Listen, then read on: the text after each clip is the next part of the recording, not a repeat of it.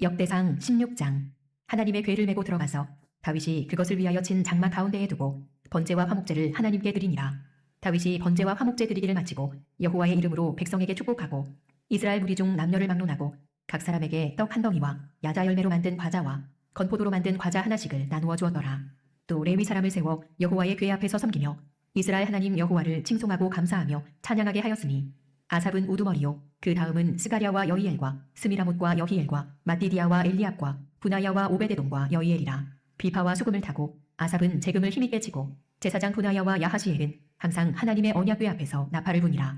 그날에 다윗이 아삽과 그의 형제를 세워 먼저 여호와께 감사하게 하여 이르기를 너희는 여호와께 감사하며 그의 이름을 불러 아르며 그가 행하신 일을 만민 중에 알릴지어다. 그에게 노래하며 그를 찬양하고 그의 모든 기사를 전할지어다. 그의 성호를 자랑하라. 여호와를 구하는 자마다 마음이 즐거울지로다. 여호와와 그의 능력을 구할지어다. 항상 그의 얼굴을 찾을지어다. 그의 종 이스라엘의 후손 곧 택하신 야곱의 자손 너희는 그의 행하신 기사와 그의 이적과 그의 입의 법도를 기억할지어다. 그는 여호와 우리 하나님이시라. 그의 법도가 온 땅에 있도다. 너희는 그의 언약 곧 천대에 명령하신 말씀을 영원히 기억할지어다. 이것은 아브라함에게 하신 언약이며 이삭에게 하신 맹세이며 이는 야곱에게 세우신 율례 곧 이스라엘에게 하신 영원한 언약이라. 이르시기를 내가 가나안 땅을 내게 주어 너희 기업의 지경이 되게 하리라 하셨도다. 그때에 너희 사람 수가 적어서 보잘것없으며 그 땅에 객이 되어 이 민족에게서 저 민족에게로 이 나라에서 다른 백성에게로 요랑하였도다. 여호와께서는 사람이 그들을 해하기를 용납하지 아니하시고 그들 때문에 왕들을 꾸짖어 이르시기를 나의 기름 부은 자에게 손을 대지 말며 나의 선지자를 해하지 말라 하셨도다. 온 땅이여 여호와께 노래하며 그의 구원을 날마다 선포할지어다. 그의 영광을 모든 민족 중에 그의 기이한 행적을 만민 중에 선포할지어다. 여호와는 위대하시니 극진히 찬양할 것이요 모든 신보다 경외할 것이며 만국의 모든 신은 헛것이나 여호와께서는 하늘을 지으셨도다. 존귀와 위엄이 그의 앞에 있으며 능력과 즐거움이 그의 터소에 있도다.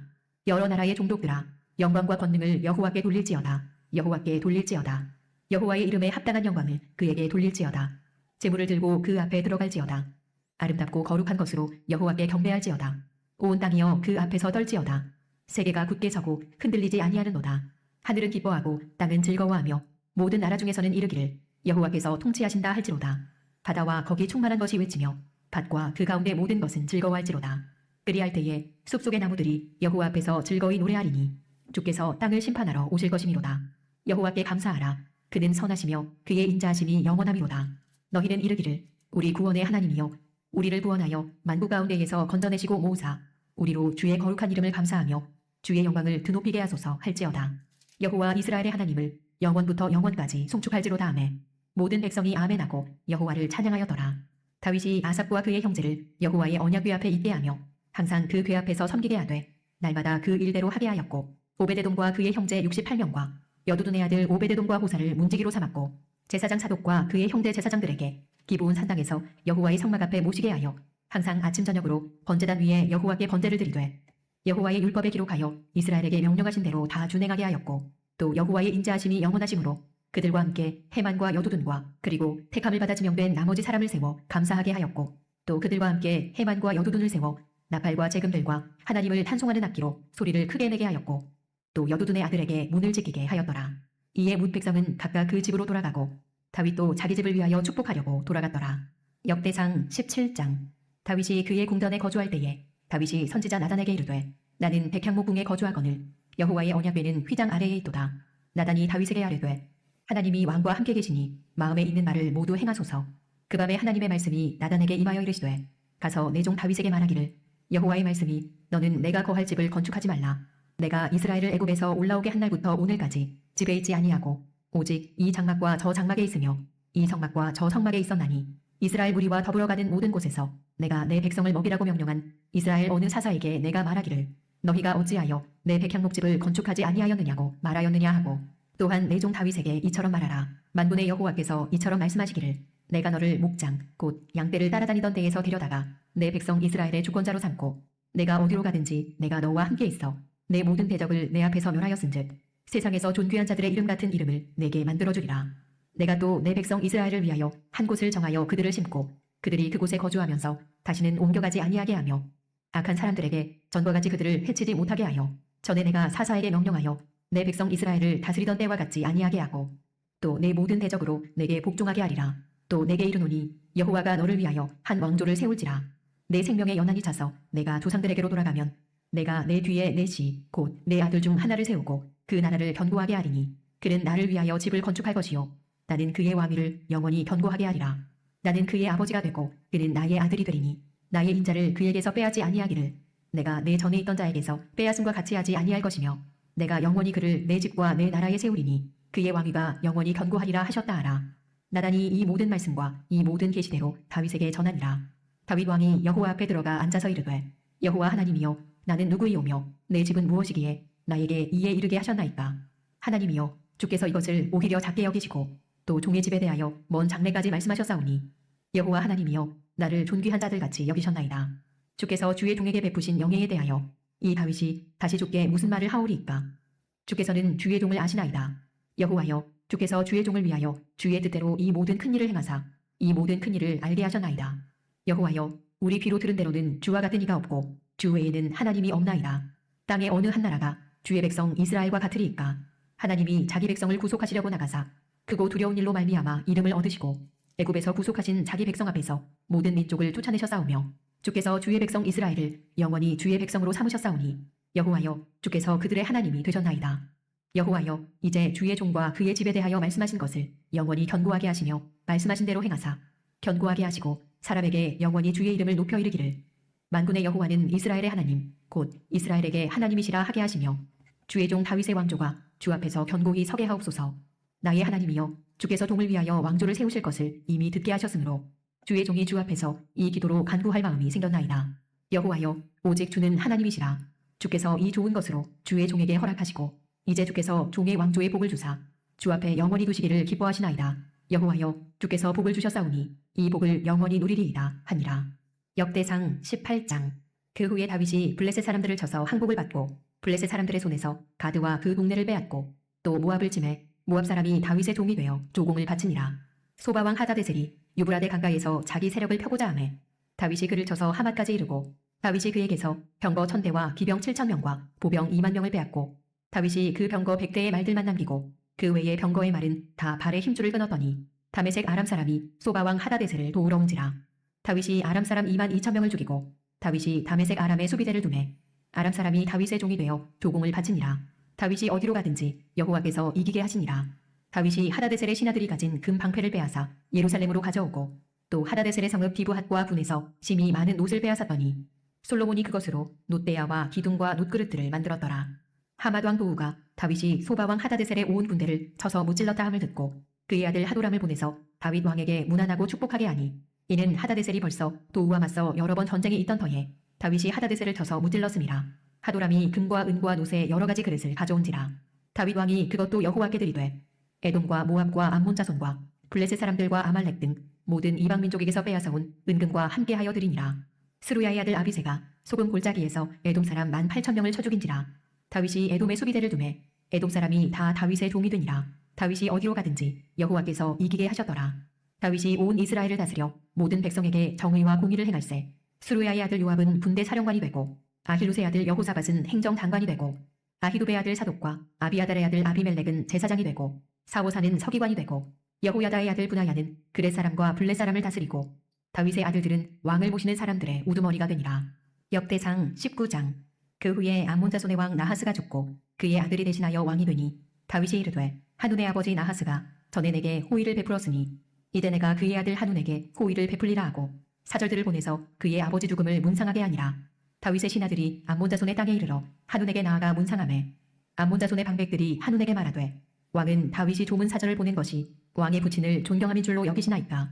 그의 신하들이 왕에게 나온 것이 이 땅을 엿보고 정탐하여 전복시키고자 함이 아니니까 하는지라. 한운이 이에 다윗의 신하들을 잡아 그들의 수염을 깎고 그 의복을 볼기 중간까지 자르고 돌려보내매 어떤 사람이 다윗에게 가서 그 사람들이 당한 일을 말하니라. 그 사람들이 심히 부끄러워하므로 다윗이 그들을 맞으러 보내 왕이 이르기를 너희는 수염이 자라기까지 여리고에 머물다가 돌아오라 하니라. 암몬 자손이 자기가 다윗에게 밉게 한 줄 안지라. 하눈과 암몬 자손은 더불어 은 1000달란트를 아람 나하라임과 아람 마아가와 소바에 보내 병거와 마병을 상내되 곧 병거 32,000대와 마아가 왕과 그의 군대를 보용하였더니 그들이 와서 메드바 앞에 진침해 암몬 자손이 그 모든 성읍으로부터 모여와서 싸우려 한지라. 다윗이 듣고 요압과 용사의 온 무리를 보냈더니 암몬 자손은 나가서 성문 앞에 진을 치고 또 울어온 여러 왕은 따로 들에 있더라.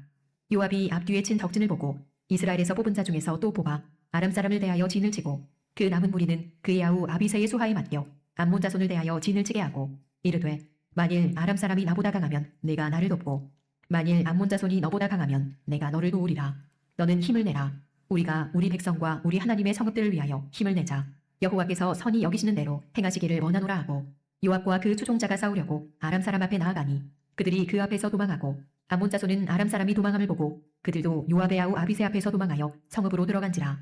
이에 요압이 예루살렘으로 돌아오니라. 아람 사람이 자기가 이스라엘 앞에서 패하였음을 보고 사신을 보내 강 건너편에 있는 아람 사람을 불러내니 하다데셀의 군사령관 소박이 그들을 거느린지라. 어떤 사람이 다윗에게 전하매 다윗이 온 이스라엘을 모으고 요단을 건너 아람 사람에게 이르러 그들을 향하여 진을 치니라. 다윗이 아람 사람을 향하여 진을 치매 그들이 다윗과 맞서 싸우더니 아람 사람이 이스라엘 앞에서 도망한지라. 다윗이 아람 병거 7,000대의 군사와 보병 4만 명을 죽이고 또 군대 지휘관 소박을 죽이매 하다데셀의 부하들이 자기가 이스라엘 앞에서 패하였음을 보고 다윗과 더불어 화친하여 섬기고 그 후로는 아람 사람이 암몬 자손 돕기를 원하지 아니하여더라. 역대상 20장. 해가 바뀌어 왕들이 출전할 때가 되매 요압이 그 군대를 거느리고 나가서 암몬 자손의 땅을 격파하고 들어가 라빠를 애워싸고 다윗은 예루살렘에 그대로 있더니 요압이 라빠를 쳐서 함락시키매 다윗이 그 왕의 머리에서 보석 있는 왕관을 빼앗아 중량을 달아보니 금 1달란트라. 그들의 왕관을 자기 머리에 쓰니라. 다윗이 또 그 성에서 노략한 물건을 무수히 내오고 그 가운데 백성을 끌어내어 톱과 쇠도끼와 돌서래로 일하게 하니라. 다윗이 암몬 자손의 모든 성읍을 이같이 하고 다윗이 모든 백성과 함께 예루살렘으로 돌아오니라. 이후에 블레셋 사람들과 게셀에서 전쟁할 때에 후사 사람 시프게가 키가 큰 자의 아들 중에 10배를 쳐 죽이매 그들이 항복하여더라. 다시 블레셋 사람들과 전쟁할 때에 야일의 아들 엘하나니 가드 사람 골리앗의 아우 라흐미를 죽였는데 이 사람의 창자루는 배틀채 같다더라. 또 가드에서 전쟁할 때에 그곳에 키 큰 자 하나는 손과 발에 가락이 6씩 모두 24이 있는데 그도 키가 큰 자의 소생이라. 그가 이스라엘을 능욕함으로 다윗의 형 시므아의 아들 요나단이 그를 죽이니라. 가드의 키 큰 자의 소생이라도 다윗의 손과 그 신하의 손에 다 죽었더라. 아멘. 네, 우리가 오늘 역대상 16장부터 20장까지 말씀을 읽었습니다. 이제 다윗이 여호와의 언약궤를 예루살렘으로 모셔왔죠. 그리고 그 앞에서 정말 힘을 다해서 정말 춤을 추면서 그렇게 기뻐하고 감사하는 장면을 우리가 이제 어제 말씀 속에서 보았습니다. 그런데 이제 다윗의 마음 가운데 일종의 뭐 부담감이랄까요? 저 이제 이런 것들이 이제 작동을 하는 것이에요. 이제 왜 그러냐면 이제 자기는 그래도 이제 백향목 왕궁에 있는데 하나님의 궤를 예루살렘으로 모시긴 했지만 여전히 이제 휘장 가운데 그러니까 장막같이 텐트와도 같은 곳에 그렇게 머무는 것이 좀 신경이 쓰이는 거예요. 좀 송구스럽잖아요. 그러니까 귀한 분을 우리가 초대를 했을 때 그 귀한 분이 마치 무슨 뭐 뒷방에 있다든지 어떤 뭐 정말 좀 처진 곳에 있다라고 생각이 되면 그렇게 하면 안 되겠다는 그런 마음이 들잖아요. 이제 그런 마음 속에서 다윗이 이제 하나님을 위해서 집을 짓고 싶은, 그러니까 성전을 짓고 싶은 마음을 피력을 하게 됩니다. 뭐 누가 볼지라도 굉장히 아름다운 모습이다라고 그렇게 생각을 할 수가 있을 것인데, 그래서 나단 선지자도 하나님께서 다윗 왕과 함께 하시고 또 이러한 의도가 참으로 좋기 때문에 지금 그 당시에 뭐 어떤 성막이 어떤 전에같이 어떤 외형을 가지고 있는 게 아니라 언약궤를 한번 블레셋에게 탈취 당하고 돌아온 이래로는 지금 계속 또 성막이 온전한 형태의 성막을 지금 이루지 못하고 있었거든요. 그러니까 왕이 마음에 있는 대로 행하소서 그렇게 이야기를 했습니다만은 그러나 이제 그것이 이제 하나님의 뜻하고는 달랐죠. 하나님께서 오히려 이제 다윗의 그런 요청을 거절하십니다. 왜 거절하냐라고 할 때에 역대상 28장 3절에 보면 조금 더 정확하게 이제 기록이 되어 있는데요. 너는 전쟁을 많이 한 사람이라 피를 많이 흘렸으니 성전을 건축하지 못하리라 이렇게 말씀하세요. 왜 다윗을 통해서 성전을 짓지 못하게 하는가라고 할 때 다윗은 군인이었고 전쟁을 많이 했고 수많은 피를 그렇게 흘려왔기 때문에 물론 무슨 그것이 악한 전쟁은 아니었겠지만 그러나 그 피를 흘린 그런 손으로서 성전을 짓는 것은 올바른 그런 모습이 아닌 것으로 하나님께서 말씀하신 것이죠. 그래서 너는 건축하지 못한다. 그런데 하나님께서 그렇다고 해서 다윗의 이러한 마음과 의도를 거절하신 것이냐, 싫어하신 것이냐, 불쾌하게 생각하신 것이냐, 그렇지는 전혀 않습니다. 그래서 다윗에게 있는 이 마음이 다윗에게 있는 게 참 좋다라고 그렇게 여기시는 거죠. 그래서 어떻게 말씀하시냐면 오히려 이러한 마음을 가진 다윗에게 내가 너를 존귀하게 만들어주겠다. 오히려 이렇게 하나님을 사랑하고 하나님을 섬기려는 그 마음을 받으시면서 다윗을 존귀하게 만들겠다라고 그렇게 말씀하여 주십니다. 8절 말씀 역대상 17장 8절 말씀 보면 네가 어디로 가든지 내가 너와 함께 있어 내 모든 대적을 내 앞에서 멸하였은즉 세상에서 존귀한 자들의 이름 같은 이름을 내게 만들어주리라 이렇게 말씀을 하세요. 그러면서 하나님께서 다윗에게 놀라운 하나님의 일하심, 하나님의 계획에 대해서 말씀을 하시는데 그것이 뭐냐면 다윗의 몸에서 날 씨가 있을 것이고 그 씨가 바로 하나님의 전을 건축할 것이다. 하나님의 집을 건축할 것이고 그의 나라 왕위는 영원할 것이다 라고 하는 그런 하나님의 놀라운 계획을 다윗에게 말씀하여 주시죠. 그것이 이제 10절부터의 말씀인데 여호와가 너를 위하여 한 왕조를 세울지라 라고 하시면서 다윗의 나라를 다윗의 왕조를 세우실 것이다. 사울의 나라와 다른 다윗의 나라를 세우실 것이다 말씀하세요. 그러면서 뭐라고 말씀하세요? 11절 12절 내 생명의 연한이 차서 내가 조상들에게로 돌아가면 내가 내 뒤에 내 씨 곧 내 아들 중 하나를 세우고 그 나라를 견고하게 하리니 그는 나를 위하여 집을 건축할 것이요 나는 그의 왕위를 영원히 견고하게 하리라 이렇게 말씀하세요. 그래서 우리가 이제 이스라엘 역사를 보면 나중에 솔로몬의 아들 다윗의 아들 이 솔로몬이 여호와의 집을 성전을 건축을 한 것을 우리가 보게 됩니다. 그래서 어떻게 보면 이 솔로몬의 이 통치를 통해서 또 솔로몬의 이 성전 건축을 통해서 오늘 말씀이 성취된 것으로 그렇게 우리가 이해할 수 있겠습니다만은 그러나 그것이 이 표면적인 그런 것으로서의 성취이고 예표적인 어떤 기능이지 참된 성취가 아니라고 하는 걸 우리가 아울러 알아야 될 것이에요. 왜냐하면 솔로몬 자체가 이제 성전을 지었다라고는 하지만 그러나 이제 하나님의 성전을 과연 사람이 자기 손으로 지을 수 있는 것이냐라고 할 때 근본적으로 그렇지 못하거든요. 솔로몬조차도 성전을 지을 때 하나님께서 감히 여기에 임재하시겠느냐 다만 하나님께 분향하려 할 따름이다. 이제 이렇게 이야기를 하는 것이에요. 그리고 이제 결정적으로 솔로몬은 영원한 그러한 이 왕좌를 영원한 왕위를 그렇게 이제 행사하지를 못하죠. 솔로몬도 한 명의 인간이기 때문에 결국은 솔로몬 역시 죽음 가운데 놓일 수밖에 없는 그런 처지인 것이에요. 그런데 이제 여기 이제 다윗의 몸에서 날 씨는 영원한 이 왕으로서 다스리는 것이거든요. 그의 나라가 영원하고 영원히 통치하는 그런 왕이에요. 그런 게 그렇게 보면 이 솔로몬이 궁극적으로 이 다윗의 몸에서 날 씨 여호와의 성전을 건축할 바로 그 당사자는 아니라고 하는 것을 우리가 압니다. 그래서 이걸 이중성취라고 그래요. 솔로몬을 통해서 언뜻 성취되는 면이 있다라고 하는 측면을 분명히 압니다. 그러나 궁극적으로 솔로몬이 아니라 그 뒤에 어떤 한 인물이 등장할 것이다라고 하는 것이죠. 그리고 그 인물이 누구인지 우리는 성경을 통해서 너무나 잘 알고 있습니다. 다윗의 자손으로 오시는 하나님의 아들 예수님, 그리고 예수님께서 이 땅 가운데 친히 오시는 그 자체가 바로 성전인 것이고 주님의 십자가와 부활로 말미암아 주님의 몸된 교회를 세우시는 것이 그래서 함께 성전으로 지어지는 것이 바로 오늘 말씀이 궁극적으로 성취하는 의미하는 바다라고 하는 거예요. 교회가 바로 그리스도 예수 안에서 주님과 함께 주님 안에서 성전이 되어 가는 것입니다. 그러니까 이런 것이 궁극적으로는 예수님을 통해서 이루어진다. 그리고 주님께서는 죽으시고 부활하셔서 영원한 왕위에 앉으셨잖아요. 하늘과 땅의 모든 권세를 받으셨잖아요.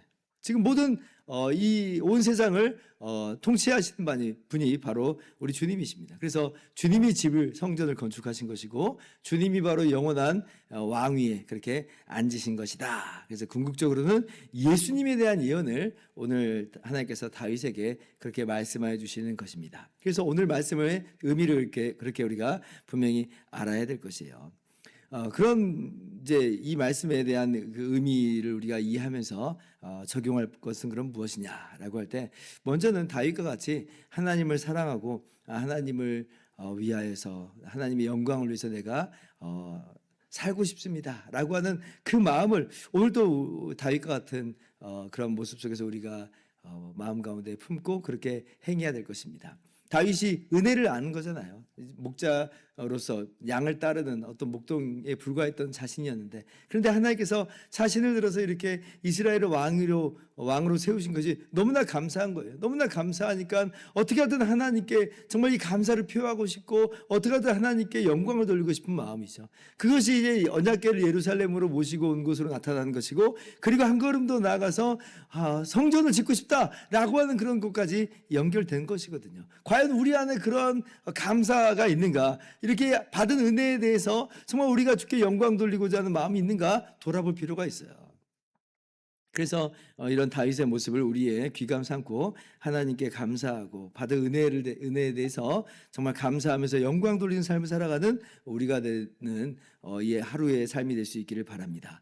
그래서 물론 하나님께서 그래서 우리를 무슨 우리의 몸에서 날 씨가 또 영원한 나라를 다스리게 한다 이런 의미로서의 적용은 아니에요. 왜냐하면 이것은 하나님께서 예수 그리스도를 통해서 이루실 놀라운 구원에 대한 그 계획을 다윗에게 말씀하신 것이기 때문에 그렇습니다. 그러나 분명한 것은 이렇게 하나님을 사랑하는 다윗의 일생을 주님께서 책임지신 것을 볼 때에 우리가 그렇게 하나님을 사랑하며 우리가 받은 은혜를 주께 보답하면서 그렇게 나아가는 우리의 삶을 어떤 대가로서가 아니라 하나님은 귀하게 여기시고 받으신다. 하나님께서 다윗을 영원히 책임지신 것처럼 우리를 또 책임지실 것을 우리가 분명히 확신할 수가 있는 것입니다. 그래서 오늘 그러한 모습 가운데 하나님을 사랑하며 또 하나님을 영화롭게 하기 힘쓰는 우리의 모든 삶이 될 수 있기를 주님의 이름으로 축원합니다. 기도하겠습니다.